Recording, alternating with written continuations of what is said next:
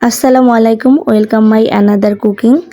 তো চলে আসলাম আজকে আমার মায়ের হাতে মাখা গরুর মাংস আলু দিয়ে।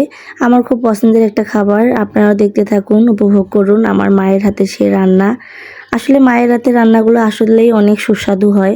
যার যার মায়ের হাতের রান্না তার তার কাছে অনেক পছন্দের।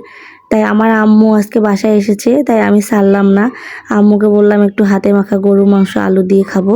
তো প্রথমে আম্মু মাংস নিয়ে নিয়েছে। এখানে মাংসতে কাঁচা পেঁয়াজ কুচি করে নিয়েছে, এটা দিয়ে দিল। তারপরে এখানে আদা রসুন বেটে নিয়েছে আম্মু, সব হাতে বেটে নিয়েছে।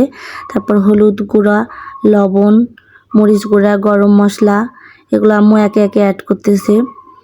আসলে মায়ের হাতের রান্না সবার কাছে অনেক প্রিয়, আমারও ঠিক তেমনটি, অন্যরকম না আসলে।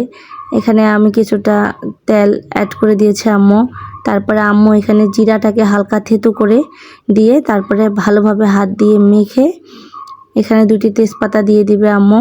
ঠিক এইভাবেই হাত দিয়ে মাখবেন। মাংসটা যতটাই হাত দিয়ে মাখা হবে, মাংসের ভিতরে মশলাগুলো ততটাই ভালোভাবে যাবে। তাই আম্মু অনেকক্ষণ ধরে হাতে মেখে নিয়েছে। আর এই যে আয়নের পাপার কাজ, গরু মাংস আনলে এমন বড় একটা নল্লি নিয়ে আসবে, এটা তার খুবই প্রিয়, ভিতরের ক্যালসিয়ামটা। তাই সে বরাবরই চেষ্টা করে এই নল্লিটা আনতে। তারপর আম্মু এখানে খানিকটা পানি দিয়ে দিবে, পানি দিয়ে ঢাকনা দিয়ে দিব মাংসটা সিদ্ধ হওয়া অবধি কিছুক্ষণ। তারপরে এই যে এইভাবে লাল লাল হয়ে আসলে মাংসটাকে ভেজে নেব প্রথমে।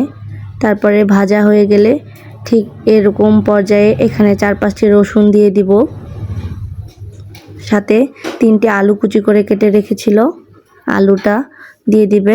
তারপরে এগুলোকে আরেকটু ভেজে নিতে হবে। ভাজা হয়ে গেলে এখানে খানিকটা পানি যোগ করে ঝোল দিয়ে দিব। ঝোলের পানি দিয়ে তারপরে এগুলো আলু রসুন ভালো করে সিদ্ধ হওয়া পর্যন্ত অপেক্ষা করতে থাকবো। তারপরে এগুলোকে আবারও ঢাকনা দিয়ে ঢেকে সিদ্ধ হওয়া পর্যন্ত আমরা অপেক্ষা করব। তারপরে তো আলু আর মাংসের ফাইনাল লুক, আলহামদুলিল্লাহ আলহামদুলিল্লাহ আলহামদুলিল্লাহ, অনেক বেশি টেস্ট ছিল। আসলে আগেই বলেছি মায়ের হাতের রান্না অমৃত সবার কাছে, তাই আমারও মনে হয়েছে আমি এভাবে একটু খেয়ে দেখি। তো আপনারাও চেষ্টা করবেন মাংসটাকে সবসময় হাতে মেখে রান্না করতে। আসলে আমি অনেকভাবেই গরুর মাংস রান্না করে থাকি, কিন্তু আসলে এইভাবে হাতে মাখা রান্নাটা পারফেক্ট। সবাই ভালো থাকবেন, আল্লাহ হাফেজ।